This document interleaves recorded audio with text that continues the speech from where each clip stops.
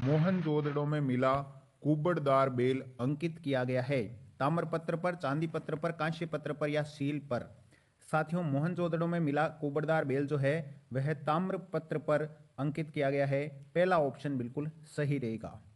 प्रश्न नंबर 12 में देखिए, बोगस कोई कहाँ स्थित है और इसका क्या महत्व है? चार विकल्प आपके सामने हैं, आप इनको ध्यानपूर्वक पढ़िए और कमेंट बॉक्स में बताइए राइट आंसर क्या रहेगा। बोगस कोई कहाँ पर स्थित है और इसका क्या महत्व है? साथियों, बोगस कोई है, यह एशिया माइनर में है और यहाँ ऐसे शिलालेख प्राप्त हुए हैं जिसमें आर्यों के देवी देवताओं के नाम अंकित है। तो पहला ऑप्शन करेक्ट आंसर रहेगा 92 नंबर का।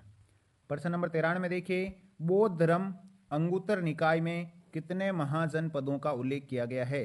16, 18, 12 या 19? तो साथियों, बौद्ध धर्म में अंगुत्तर निकाय में जो है 16 महाजनपदों का उल्लेख है। पहला ऑप्शन करेक्ट आंसर रहेगा। प्रश्न नंबर 94 है, शारदा एक्ट किससे संबंधित है? बाल विवाह, अशिक्षा, बेरोजगारी या जनसंख्या नियंत्रण? साथियों, शारदा एक्ट जो है वह बाल विवाह से संबंधित है। ऑप्शन नंबर एक आपका करेक्ट आंसर बनेगा। प्रश्न नंबर 95 में देखिए, वर्तमान में गरीबी की रेखा का निर्धारण किया जाता है? प्रति व्यक्ति कैलोरी, प्रति व्यक्ति आय, लकड़ा वाला फॉर्मूला या उपयुक्त सभी? तो प्यारे साथियों, प्रश्न नंबर 95 का राइट आंसर ऑप्शन नंबर 3 रहेगा यहां पर राइट आंसर। प्रश्न नंबर 96 में देखिए, किस इतिहासकार ने सेंड्रोकोटस का समीकरण चंद्रगुप्त से स्थापित किया है? सर विलियम जोन्स, फ्लूटार्क, विल्किंसन या जॉस्टर्न? साथियों, प्रश्न नंबर 96 का राइट आंसर क्या रहेगा? किस इतिहासकार ने सेंड्रोकोटस का समीकरण चंद्रगुप्त से स्थापित किया है? राइट आंसर रहेगा sir William Jones. Option number एक आपका करेक्ट आंसर बनेगा। प्रश्न नंबर 97 में देखिए, राज्य एक पहिए पर नहीं चल सकता, यह कथन किसका है? चाणक्य का, हेरोडोट्स का, पाणिनि का या मनु का? राज्य एक पहिए पर नहीं चल सकता है साथियों, यह कथन किसका है ये बताना है। राइट आंसर रहेगा ये कथन दोस्तों चाणक्य का है। ऑप्शन नंबर एक बिल्कुल सही रहेगा। प्रश्न नंबर 98 में देखिए, जैन धर्म के 23वें तीर्थकर कौन थे? जैन धर्म के 23वें तीर्थकर का नाम बताना है। पार्श्वनाथ, नेमिनाथ, ऋषभदेव या महावीर स्वामी? साथियों, प्रश्न नंबर जो 98 है इसका राइट आंसर रहेगा ऑप्शन नंबर एक पार्श्वनाथ। पहला ऑप्शन ही बिल्कुल सही है। प्रश्न नंबर 99 की ओर बढ़ते हैं। दादा साहेब फाल्के पुरस्कार 2019 से किसे नवाजा गया है? जितेंद्र, धर्मेंद्र, मनोज कुमार या अमिताभ बच्चन? साथियों, प्रश्न नंबर 99 इंपॉर्टेंट है। दादा साहेब फाल्के पुरस्कार 2019 में किसे नवाजा गया है? अमिताभ बच्चन को। ऑप्शन नंबर 4 बिल्कुल सही रहेगा। प्रश्न नंबर 100 देखिए, निम्न में से कौन हूण शासक सर्वप्रथम भारत के मध्यवर्ती भागों में प्रविष्ट हुआ? मिहिर भोज, मिहिर कुल, तोरमान या इनमें से कोई नहीं? कौन सा हूण शासक सर्वप्रथम भारत के मध्यवर्ती भागों में प्रविष्ट हुआ था? राइट आंसर रहेगा दोस्तों तोरमान। ऑप्शन नंबर 3 सही रहेगा। प्रश्न नंबर 101 देखिए, रामानंद गुरु थे शंकर के, रामानुज के, कबीर के या राजशेखर के? रामानंद किसके गुरु थे साथियों? तो राइट आंसर रहेगा आपका कबीर के गुरु थे। ऑप्शन नंबर 3 बिल्कुल सही रहेगा। आपका जितना ज़्यादा अच्छा रेस्पॉन्स आएगा तो हम इस टेस्ट सीरीज को चालू रखेंगे। प्रश्न नंबर 102 है, ए सहायों का बादशाह सुल्तान उत तारकिन किस सूफी संत को कहा जाता है? बाबा फरीद, हमीमुद्दीन नागौरी, निजामुद्दीन औलिया या Sheikh Nasruddin? Right answer Naruddin. Right answer क्या रहेगा साथियों 102 का? ऑप्शन नंबर 2 हमीदुद्दीन नागौरी को असहायों का बादशाह कहा जाता है। दूसरा ऑप्शन सही रहेगा। प्रश्न नंबर 103 है, किस शासक के दरबार में सर्वाधिक हिंदू पदाधिकारी थे? अकबर, शाहजहां, जहांगीर या औरंगजेब? किस शासक के दरबार में सर्वाधिक हिंदू पदाधिकारी थे? साथियों, राइट आंसर रहेगा औरंगजेब। ऑप्शन नंबर 4 बिल्कुल सही है। प्रश्न नंबर 104 देखिए, पानीपत के तीसरे युद्ध में मराठों का मुकाबला किसके बीच हुआ? तुर्कों से, अफगानों से, मुगलों से या अंग्रेजों से? पानीपत का जो तीसरा युद्ध हुआ था, मराठों का मुकाबला किससे हुआ था दोस्तों इस युद्ध में? तो राइट आंसर क्या रहेगा साथियों? ऑप्शन नंबर 2 अफगानों से हुआ था। दूसरा ऑप्शन सही रहेगा। प्रश्न नंबर 105 देखिए, अंग्रेजों ने भारत का आधुनिक नक्शतर किसे कहा था? अंग्रेजों ने भारत का आधुनिक नक्शतर किसे कहा था? चार विकल्प आपके सामने हैं। राइट आंसर रहेगा राजा राम मोहन राय। किसे कहा था भारत का आधुनिक नक्शतर? राजा राम मोहन राय। दूसरा ऑप्शन बिल्कुल सही है। प्रश्न नंबर 106 देखिए, दयानंद सरस्वती ने सत्यार्थ प्रकाश ग्रंथ किस भाषा में लिखा था? गुजराती, संस्कृत, हिंदी या मराठी? दयानंद सरस्वती ने जो सत्यार्थ प्रकाश ग्रंथ लिखा था वह किस भाषा में लिखा था साथियों?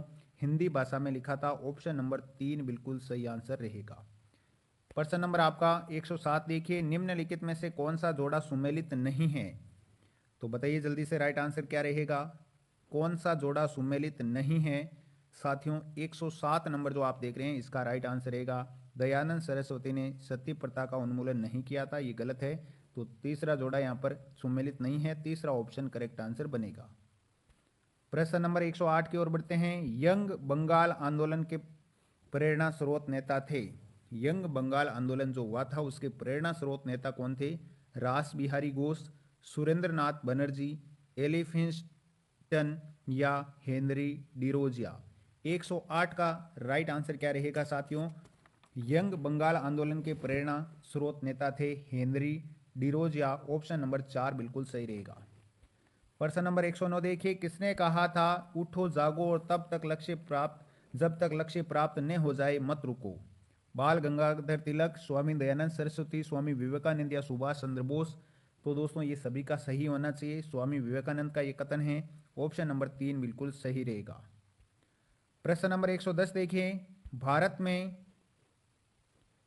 सर्वप्रथम होम रूल लीग की स्थापना किसने की? भारत में सर्वप्रथम होम रूल लीग की स्थापना करने वाले कौन थे साथियों? यहां पर ऑप्शन है बाल गंगाधर तिलक, गोपाल कृष्ण गोखले, श्रीमती एनी बिसेंट या सी आर दास? 110 का राइट आंसर रहेगा बाल गंगाधर तिलक। Option number 1। प्रश्न नंबर 111 देखिए, भारतीय राष्ट्रीय कांग्रेस का प्रथम अधिवेशन आयोजित हुआ था? कहां और कब आयोजित हुआ था भारतीय राष्ट्रीय कांग्रेस का प्रथम अधिवेशन, ये बताना है 111 में। राइट आंसर क्या रहेगा साथियों? भारतीय राष्ट्रीय कांग्रेस का प्रथम अधिवेशन जो है वह 1885 में मुंबई में हुआ था। Option number 2 correct answer. प्रश्न नंबर 112 है, निम्नलिखित में से किसने 1857 के विद्रोह को स्वतंत्रता का प्रथम भारतीय युद्ध कहा है? 1857 के विद्रोह को स्वतंत्रता का प्रथम भारतीय युद्ध किसने कहा था साथियों? प्रश्न नंबर 112 जो आप लोग देख रहे हैं इसका राइट आंसर रहेगा वीडी सावरकर ने यह बात कही थी दोस्तों। चौथा ऑप्शन बिल्कुल सही है। प्रश्न नंबर 113 देखिए, भारत का राष्ट्रीय गान सर्वप्रथम गाया गया? 14 सितंबर 1911, 24 सितंबर 1910, 30 सितंबर 1912 या 1 सितंबर 1913? तो भारत का राष्ट्रीय गान दोस्तों सर्वप्रथम 27 सितंबर 1911 को गाया गया। पहला ऑप्शन बिल्कुल सही है। प्रश्न नंबर 114 है, संविधान की प्रस्तावना में निम्नलिखित में से किसका उल्लेख नहीं है? स्वतंत्रता, समानता, बंधुत्व या अहिंसा? साथियों 114 का राइट आंसर क्या रहेगा? संविधान की प्रस्तावना में अहिंसा का उल्लेख नहीं किया गया है। चौथा ऑप्शन बिल्कुल सही है। प्रश्न नंबर 115 देखिए, संविधान के निर्माण की दिशा में उल्लेखनीय योगदान देने वाले उद्देश्य प्रस्ताव का संबंध निम्नलिखित में से किससे था? चार विकल्प आपके सामने हैं। उद्देश्य प्रस्ताव का संबंध किस व्यक्ति विशेष से था? तो राइट आंसर रहेगा साथियों ऑप्शन नंबर 1 जवाहरलाल नेहरू। पहला ऑप्शन बिल्कुल सही है। प्रश्न नंबर 116 की ओर बढ़ते हैं। वीडियो को लाइक नहीं किया तो लाइक कर दीजिए। भारत का मेग्ना कार्टा संविधान के किस भाग को कहा जाता है? इंपॉर्टेंट क्वेश्चन है। भारत का मेग्ना कार्टा संविधान के किस भाग को कहा जाता है? भाग 4, भाग 2, भाग 4 के या भाग 3? प्रश्न नंबर 116 का राइट आंसर रहेगा साथियों भाग 3 को भारत का मेग्ना कार्टा कहा जाता है। चौथा ऑप्शन सही रहेगा। प्रश्न नंबर 117 है, संविधान के भाग 3 में वर्णित मौलिक अधिकारों की वर्तमान संख्या क्या है? 6, 5, 7 या कोई निश्चित नहीं है? संविधान के भाग 3 में वर्णित मौलिक अधिकारों की वर्तमान संख्या कितनी है साथियों? 6 है। ऑप्शन नंबर 1 बिल्कुल सही रहेगा। प्रश्न नंबर 118 देखिए, मूल अधिकारों की सुरक्षा हेतु न्यायालय निम्नलिखित में से कौन सा लेख या रिट जारी कर सकता है? मूल अधिकारों की सुरक्षा हेतु न्यायालय निम्न में से कौन सा लेख जारी कर सकता है साथियों? राइट आंसर क्या रहेगा? उपरोक्त सभी। जी हाँ दोस्तों, बंदी प्रत्यक्षीकरण भी जारी कर सकता है, परमादेश या प्रतिषेध किसी भी प्रकार की रिट जारी कर सकता है। चौथा ऑप्शन बिल्कुल सही रहेगा। प्रश्न नंबर 119 देखिए, यदि राष्ट्रपति और उपराष्ट्रपति दोनों का पद रिक्त है तो राष्ट्रपति के कर्तव्यों का निर्वहन निम्नलिखित में से कौन करेगा। यदि राष्ट्रपति और उपराष्ट्रपति दोनों ही अनुपस्थित है साथियों, दोनों का पद रिक्त है, तो राष्ट्रपति के कर्तव्यों का निर्वहन कौन करेगा ये बताना है आपको। साथियों प्रश्न नंबर 119 का राइट आंसर रहेगा भारत का मुख्य न्यायाधीश राष्ट्रपति के कार्यों का निर्वहन करेगा। ऐसी स्थिति में पहला ऑप्शन बिल्कुल सही है। प्रश्न नंबर 120 देखिए, जीवन बीमा का अनुबंधन है। जीवन बीमा एक अनुबंधन है किसका। साथियों 120 का राइट आंसर बताना है, जीवन बीमा एक किसका अनुबंधन है। तो राइट आंसर रहेगा ऑप्शन नंबर 4, विनियोग व सुरक्षा का अनुबंधन है जीवन बीमा। चौथा ऑप्शन बिल्कुल सही है। प्रश्न नंबर 121 देखिए, संसद की संयुक्त बैठक की अध्यक्षता निम्नलिखित में से कौन करता है। लोकसभा अध्यक्ष, भारत का राष्ट्रपति, प्रधानमंत्री या राज्यसभा का सभापति। संसद की संयुक्त बैठक की अध्यक्षता निम्न में से कौन करता है साथियों, ये करता है लोकसभा का अध्यक्ष। ऑप्शन नंबर 1 बिल्कुल राइट आंसर बनेगा। प्रश्न नंबर 122 की ओर बढ़ते हैं, उच्चतम न्यायालय के क्षेत्राधिकार में निम्नलिखित में से कौन वृद्धि कर सकता है। उच्चतम न्यायालय के क्षेत्राधिकार में निम्नलिखित में से कौन वृद्धि कर सकता है। 4 विकल्प आपके सामने हैं। तो दोस्तों वृद्धि कौन कर सकता है, संसद। ऑप्शन नंबर 1 बिल्कुल सही आंसर रहेगा। प्रश्न नंबर 123 देखिए, किसी राज्य के राज्यपाल की अनुपस्थिति में उसके कर्तव्यों का निर्वहन कौन करता है। किसी राज्य के राज्यपाल के अनुपस्थिति में उसके कर्तव्यों का निर्वहन कौन करता है। 4 विकल्प आपके सामने हैं दोस्तों, 123 का राइट आंसर बताना है। राइट आंसर रहेगा चौथा ऑप्शन, पड़ोसी राज्य के राज्यपाल को अतिरिक्त कार्यभार सौंप दिया जाता है, वही उसका निर्वहन करता है। चौथा ऑप्शन बिल्कुल सही रहेगा।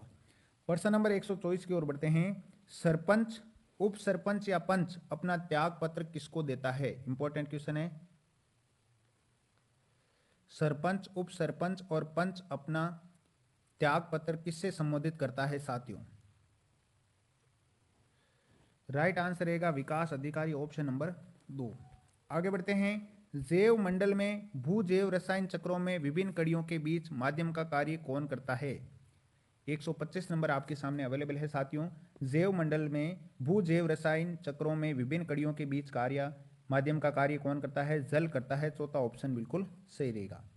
प्रश्न नंबर 126 की ओर बढ़ते हैं। लाइक नहीं किया तो लाइक जरूर कर दें। कुद्रेमुख लोहे खनिज केंद्र किस राज्य में है। कर्नाटक, बिहार, छत्तीसगढ़ या झारखंड। दोस्तों राइट आंसर क्या रहेगा 126 का, तो राइट आंसर रहेगा कर्नाटक, ऑप्शन नंबर 1। प्रश्न नंबर 127 देखिए, राजस्थान का मैनचेस्टर कौन कहलाता है। भीलवाड़ा, अजमेर, जोधपुर या कोटा। तो राजस्थान का मैनचेस्टर या वस्त्र नगरी भीलवाड़ा है साथियों। पहला ऑप्शन बिल्कुल सही बनेगा।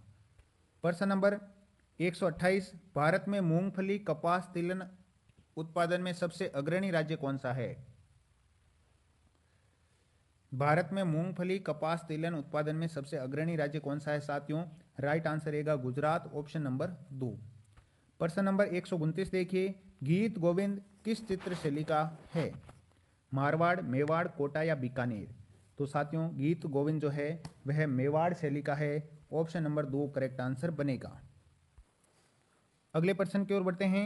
2011 की जनगणना के अनुसार राजस्थान में जनसंख्या घनत्व है। 2011 की जनगणना के अनुसार राजस्थान का जनसंख्या घनत्व बताना है। राइट आंसर रहेगा कौन सा, जल्दी से बताइए। ऑप्शन नंबर 2, 201 व्यक्ति प्रति वर्ग किलोमीटर 2011 की जनगणना के अनुसार। दूसरा ऑप्शन सही रहेगा। प्रश्न नंबर 131 देखिए, राजस्थान में सफेद सीमेंट का कारखाना कहाँ स्थित है। खारिया, नागौर, ब्यावर, सवाई माधोपुर या उदयपुर। राजस्थान में सफेद सीमेंट का कारखाना कहाँ पर स्थित है साथियों।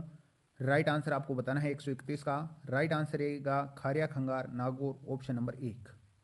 प्रश्न नंबर 132 देखिए, अकबर ने अपनी 1557 की नागौर यात्रा के समय जोधपुर दुर्ग किसको सुपुर्द किया था। अकबर ने 1557 के नागौर यात्रा के समय जोधपुर दुर्ग किसको सुपुर्द किया था। 4 विकल्प आपके सामने हैं, आप बताएं राइट आंसर क्या रहेगा। तो साथियों 132 का राइट आंसर रहेगा राज सिंह को किया था, जो कि बीकानेर के थे। तीसरा ऑप्शन बिल्कुल सही रहेगा। प्रश्न नंबर 133 देखिए, सर्वाधिक आंधियां किस जिले में आती है। जैसलमेर, बीकानेर, गंगानगर या झुंझुनू। साथियों सर्वाधिक आंधियां किस जिले में आती है ये बताना है। तो राइट आंसर क्या रहेगा 133 का? Ganganagar, option number 3। प्रश्न नंबर 134 देखिए, निम्न में से जल दुर्ग नहीं है?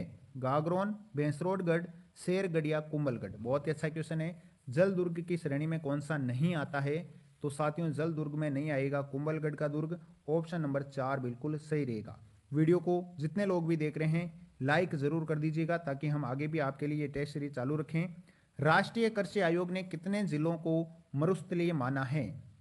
राष्ट्रीय कृषि आयोग ने कितने जिलों को मरुस्थलीय माना है? साथियों उन जिलों की संख्या है 11, ऑप्शन नंबर 3 करेक्ट आंसर रहेगा। आपके 60 में से कितने क्वेश्चन सही होते हैं ये भी आपको बताना है। 136 नंबर देखिए, आना सागर झील के तट पर किस शासक के द्वारा बारहदरी का निर्माण कराया गया? अकबर, जहांगीर, शाहजहां या औरंगजेब। 136 का राइट आंसर क्या रहेगा? आना सागर झील के तट पर किस शासक ने के द्वारा बारहदरी का निर्माण करवाया था? ये करवाया था शाहजहां ने, ऑप्शन नंबर 3 करेक्ट आंसर बनेगा। प्रश्न नंबर 137 देखिए, राजस्थान में 1444 खंभों वाला मंदिर कहाँ स्थित है? रणकपुर, बदनौर, झालरापाटन या कैथून। बहुत ही अच्छा क्वेश्चन है। राजस्थान में 1444 खंभों वाला मंदिर जो है दोस्तों कहाँ पर है? रणकपुर में है, ऑप्शन नंबर 1 बिल्कुल सही आंसर रहेगा। प्रश्न नंबर 138 की ओर बढ़ते हैं। निम्न में से भीलों का नृत्य नहीं है? वालर, घेर, गवरी या नेजा। 4 विकल्प आपके सामने बताइए। निम्न में से भीलों का नृत्य नहीं है? तो दोस्तों वालर नृत्य जो है वह भीलों का नहीं है, ऑप्शन नंबर 1 बिल्कुल राइट आंसर बनेगा। प्रश्न नंबर 139 देखिए, किसने मूर्णत नैणसी को राजपुताना का अबुल फजल कहा था? मुंशी देवी प्रसाद, गौरी शंकर ओझा, कर्नल जेम्स टोड या अब्दुल कादिर। 4 विकल्प है दोस्तों। किसने मूर्णत नैणसी को राजपुताना का अबुल फजल कहा था? तो दोस्तों मूर्णत नैणसी को राजपुताना का अबुल फजल किसने कहा था? ऑप्शन नंबर आपका 1 राइट आंसर रहेगा, मुंशी देवी प्रसाद ने। पहला ऑप्शन बिल्कुल सही है। प्रश्न नंबर 140 देखिए, पुष्कर मेला संपन्न होता है?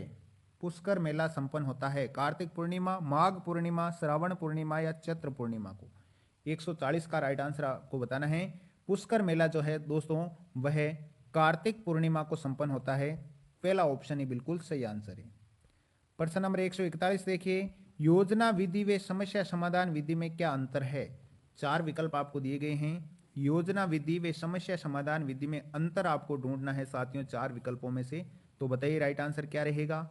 योजना विधि व समस्या समाधान विधि में क्या अंतर है दोस्तों? दूसरा ऑप्शन सही आंसर रहेगा। योजना विधि मानसिक व शारीरिक दोनों पर, परंतु समस्या समाधान विधि केवल मानसिक सक्रियता पर जोर देती है या बल देती है। दूसरा ऑप्शन बिल्कुल सही है। प्रश्न नंबर 142 देखिए, निम्नलिखित में से कौन सी विधि मूलतः प्राकृतिक विज्ञान विषयों के अध्ययन की विधि है, परंतु वर्तमान समय में इसका अध्ययन सामाजिक विज्ञान के विषयों में भी किया जाने लगा है? योजना विधि, अनुसंधान विधि, प्रयोगात्मक विधि या निरीक्षण विधि। बहुत ही अच्छा क्वेश्चन है। तो प्रश्न नंबर 142 का राइट आंसर आपको बताना है। राइट आंसर रहेगा आपके ऑप्शन नंबर 3, प्रयोगात्मक विधि का प्रयोग किया जाने लगा है। तीसरा ऑप्शन बिल्कुल सही रहेगा। प्रश्न नंबर 144 की ओर बढ़ते हैं साथियों। वीडियो को लाइक जरूर कर दीजिएगा। प्रश्न नंबर 143 देखिए, किस योजना द्वारा पिछड़े हुए बालकों की शिक्षा का उपयुक्त ढंग से प्रबंध हो जाता है? सम्मेलन योजना, विभाजन योजना, द्विकाल योजना या सामाजिक चेतना। साथियों पिछड़े हुए बालकों की शिक्षा का उपयुक्त ढंग से प्रबंधन आपके सम्मेलन योजना में होता है। ऑप्शन नंबर 1 बिल्कुल सही आंसर बनेगा। बढ़ते हैं अगले प्रश्न की ओर। 144वां क्वेश्चन देखिए, वार्षिक विद्यालय पत्रिका के माध्यम से छात्र की बढ़ती है सृजनशीलता, कल्पनाशीलता, लेखन शैली या उपरोक्त सभी। प्रश्न नंबर 144 क्या कह रहा है? वार्षिक विद्यालय पत्रिका के माध्यम से छात्र की किसमें बढ़ोतरी होती है दोस्तों? ऑप्शन नंबर आपका कौन सा रहेगा? पहला ऑप्शन राइट आंसर रहेगा, सृजनशीलता में बढ़ोतरी होती है। पहला ऑप्शन बिल्कुल सही है। प्रश्न नंबर 145 देखिए, आधार पत्र का अन्य नाम है? ब्लूप्रिंट, नील पत्र, प्रश्न पत्र या 1 व 2 दोनों। तो जल्दी से बताइए आधार पत्र का अन्य नाम क्या है साथियों? आधार पत्र का अन्य नाम 1 व 2 दोनों हैं, यानी ब्लूप्रिंट भी कहते हैं, नील पत्र भी कहते हैं। चौथा ऑप्शन आपका बिल्कुल सही आंसर बनेगा। प्रश्न नंबर 146 देखिए, शैक्षिक प्रक्रिया का प्रमुख अंग है? अध्यापन, उद्देश्य एवं प्रयोजन, अध्ययन, अध्यापक, परिस्थितियां, मूल्यांकन या उपरोक्त सभी। बहुत ही अच्छा क्वेश्चन है। शैक्षिक प्रक्रिया का प्रमुख अंग कौन सा है साथियों? तो प्रश्न नंबर 146 का राइट आंसर रहेगा उपरोक्त सभी, ऑप्शन नंबर 4। बढ़ते हैं अगले प्रश्न की ओर। 147वां क्वेश्चन आपकी स्क्रीन पर आ चुका है। निबंधात्मक परीक्षाओं का गुण है नकल करने की कम संभावना, विस्तृत अध्ययन को प्रोत्साहन, लेखन शैली का अनुमान या उपरोक्त सभी। निबंधात्मक परीक्षाओं का गुण आपको बताना है साथियों। तो यहां पर नकल करने की कम संभावना रहती है, विस्तृत अध्ययन को प्रोत्साहन भी मिलता है और लेखन शैली का भी अनुमान होता है। तो ऑप्शन नंबर 4 यानी उपरोक्त सभी राइट आंसर बनेगा। प्रश्न नंबर 148 देखिए। अंतर्राष्ट्रीयता की भावना के पीछे कारण यह है कि विश्व बंधुत्व व मानव अधिकारियों की होना, आर्थिक अंतर्निर्भरता का होना, वैज्ञानिक आविष्कारों का होना या उपरोक्त सभी। अंतर्राष्ट्रीयता की भावना के पीछे क्या कारण है साथियों?